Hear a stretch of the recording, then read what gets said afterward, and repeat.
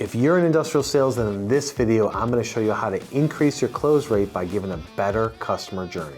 Industrial salespeople, manufacturing salespeople out there, I have a lot of experience in this space, coaching people, working with people every day, as well as Industrial Sales University, where I'm teaching people how to be better and efficient, and MFG Tribe, where we are the leading industrial marketing agency. We've worked with hundreds of companies, thousands of engineers, and this is what I've seen common. Just heard it earlier today on a call with a customer from one of their salespeople. The selling cycle that you guys typically have is usually long. It's not like somebody calls and they buy something today, typically, unless you're doing disposable products in industrial, which that can happen.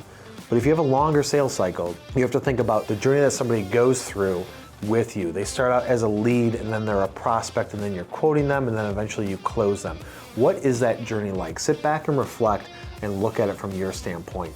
Are you taking them through that journey in a smooth process and providing value at every possible step? Or are you looking at it from the standpoint of they have a need, they need this thing, I'm gonna quote them that thing, and then just follow up with them a few times to see if they wanna buy?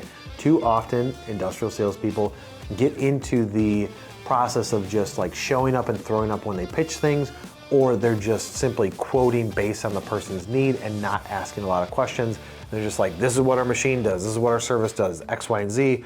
Do you want it or not? That happens too often. And if you're a person that doesn't do that, then you are in the smaller percentage of people out there that are actually winning.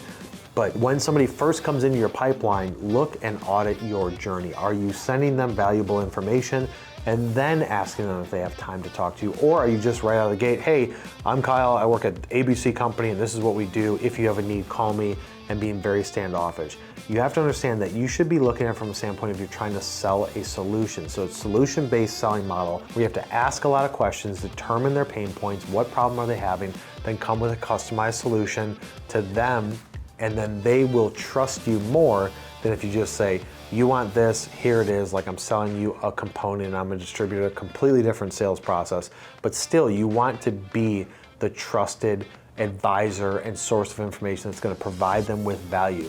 Be in their best interest, looking out for if they want to design something. So many companies are like, we have an engineering team, and they're gonna review your design that you have before you have us make it. We're gonna figure out ways how to make the part lighter, stronger, faster to produce, whatever. Those are the type of companies that they want to deal with because they feel like that you guys have the best interest in mind. But even if you're doing that, you have to constantly be providing value every step of the way. If people are not hitting you back when you follow up with them, send them some valuable content. Say, hey, was thinking of you. We just came out with this handbook, guide, calculator, whatever.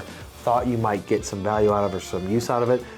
Approaching things like that instead of just strictly, hey, did you guys make a decision on this quote? Did you guys secure that project? Are you gonna pick us as your supplier?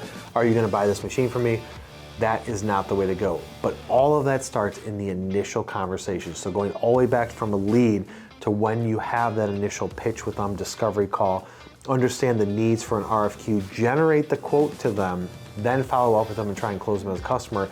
That whole process is what people think about when they decide who do they want their supplier to be, who do they want to buy this machine from.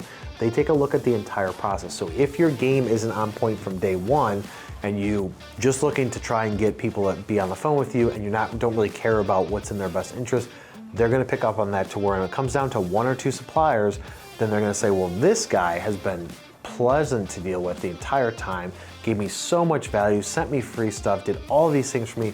I like him, I trust their company, they've been in the space for a long time, or he provided me with all this data and case studies, all that stuff.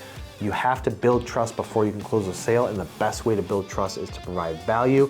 You are an expert in your space, but if you're not trying to provide that value and showing them that value, there's no way that they're gonna trust you, and it's gonna significantly decrease your close rate. So the easiest way to increase your close rate is going to be provide value, get that trust factor as fast as possible. If you can do it in the first phone call and get them to trust you and trust what you're saying, that is the ideal state to where when things that you do, maybe it's price, maybe you're more expensive, maybe you have a longer lead time, maybe you're not as convenient to deal with, but they trust you, they will overlook that and say, this is my company, this is the solution I want. Even though these people are more convenient, cheaper price, I don't care about that. I want to go with the person that I trust more.